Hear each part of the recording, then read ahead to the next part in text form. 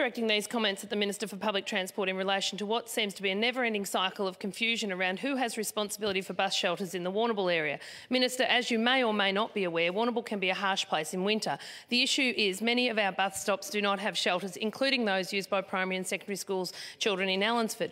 The particular issue in Allensford was brought to my attention by constituents John and Shelley Williams, and this is where the tale of confusion begins. I made representation to Warrnambool City Council, who said the responsibility was of PTVs.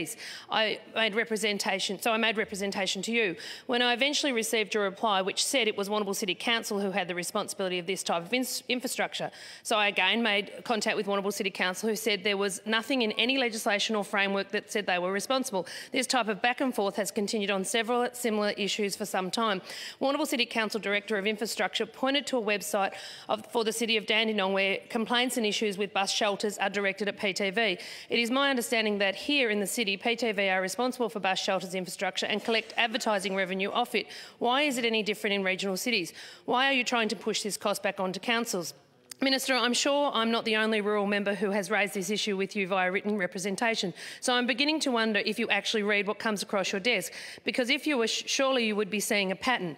I'd also like to take the opportunity today to say thank you to the SES in South West Coast that do a fantastic job in some of the extreme weather conditions that we do have.